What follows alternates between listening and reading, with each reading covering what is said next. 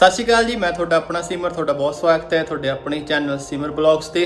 जिवें कि तुसीं दिवाली के ब्लॉग हैं जिहड़े इंजॉय कर रहे हो, तो आपां अज थोड़े लिए एक स्पैशल वीडियो लेके आए हैं। अज आपां ड्रोन शॉट नाल कुछ वीडियो शूट कीतियां ने बहादुरगढ़ मार्केट की, ते अपने घर के आले दुआले जिहड़ा बहुत सोहनी लाइटनिंग है जिहड़ी लोकां ने लगाई हुई है ओहदी, ते बहादुरगढ़ गुरुद्वारा साहिब की ड्रोन शॉट चैक करके जरूर दस्सिओ कमेंट करके तुहानूं किवें लगे। जे तुहानूं वधिया लग्गिया तो आप अगे तो होर वधिया शूट करांगे ताकि गुरपुरब ते आपां होर वधिया तुहानूं जिहड़ा वीडियो ब्लॉग है दिखा सकीए। आ चैक करो ते दस्सिओ किवें लगे ड्रोन शॉट।